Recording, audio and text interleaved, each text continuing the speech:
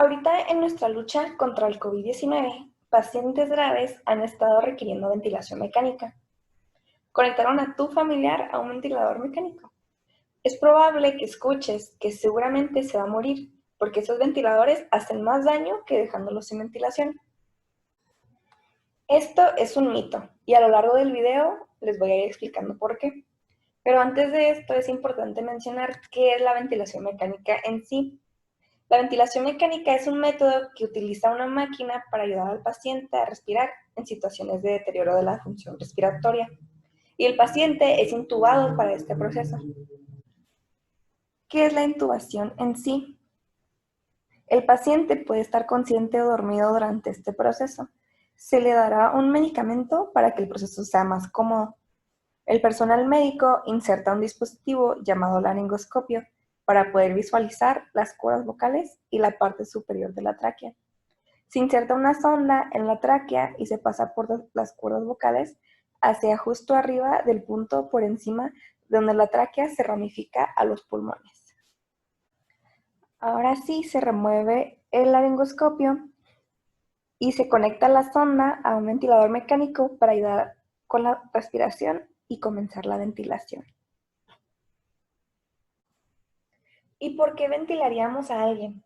Existen dos motivos básicos, pero para esto recordemos que queremos tener ciertos niveles de oxígeno y dióxido de carbono en la sangre.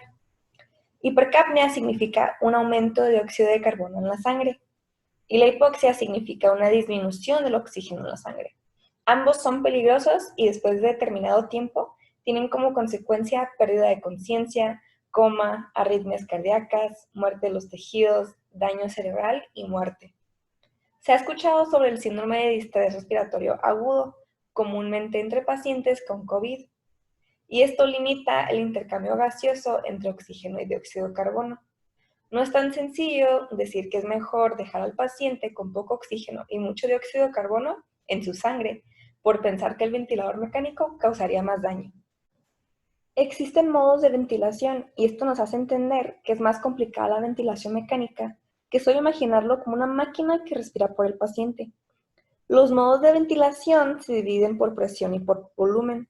Existen mínimo 10 submodos y cada uno es diferente.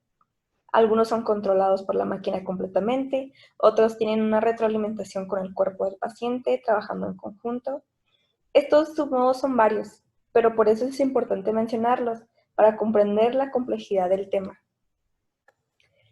La ventilación mecánica, como cualquier técnica o tratamiento, tiene sus riesgos. Esta información de los ventiladores mecánicos causando daños en los pulmones no es un fenómeno nuevo. Siempre ha sido un riesgo que se debe de considerar. Existe algo llamado lesión pulmonar inducida por la ventilación mecánica, y esto puede ocurrir en pacientes con síndrome de distrés respiratorio agudo, ya que la ventilación mecánica puede generar traumas sobre los mismos sacos que ya se encuentran dañados. Estos sacos pueden ser protegidos con una configuración óptima y modos ventilatorios óptimos. O sea, un buen cuidado por parte de las terapeutas ventilatorios y los médicos. Aún así, se recomiendan ciertos pasos para llegar hasta la ventilación mecánica, solo si es necesario. Primero se deben explorar otras opciones. Existe un tratamiento escalonado en pacientes de COVID-19. Primero es importante mencionar que los pacientes deben de recibir soporte respiratorio para conseguir una saturación por pulso oximetría de 93%. El tratamiento comienza con oxigenoterapia convencional. Si con este método no se logra esa saturación, se prosigue con terapia de alto flujo mediante cánulas nasales. De igual manera, si no se logra la saturación, el siguiente paso es ventilación mecánica no invasiva. Y si falla este método, sigue ventilación mecánica invasiva. Como último recurso está la membrana de oxigenación extracorpórea. Existen recomendaciones de parámetros de ventilación mecánica para adultos con COVID-19 y síndrome de distrés respiratorio agudo.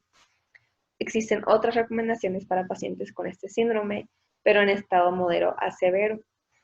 Y recomendaciones distintas para pacientes con este síndrome severo, pero que han tenido hipoxemia a pesar del tratamiento. En conclusión, la enfermedad COVID-19 tiene efectos perjudiciales en los pulmones y por esto se debe combatir con algún tratamiento.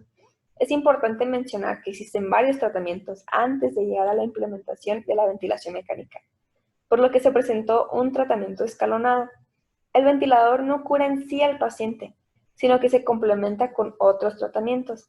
Pensar que un ventilador mecánico va a matar al paciente es una desinformación severa, porque existen muchos parámetros que influyen en la ventilación y por eso existen recomendaciones oficiales basadas en casos exitosos. Un motivo que puede hacer que se propague este mito es porque los pacientes más severos son los que tienen que recurrir a este tratamiento y estos pacientes ya tienen una probabilidad alta de fallecimiento. Por esto es importante recordar la diferencia entre correlación y causa. Los ventiladores mecánicos en sí no están causando la muerte, sino que los pacientes comúnmente conectados se encuentran en estados severos. Esto no quiere decir que si su familiar se encuentra conectado va a fallecer. Como se mencionó previamente, existen miles de casos exitosos de pacientes conectados al ventilador mecánico con COVID-19 y con esos casos establecieron las recomendaciones para una ventilación mecánica óptima.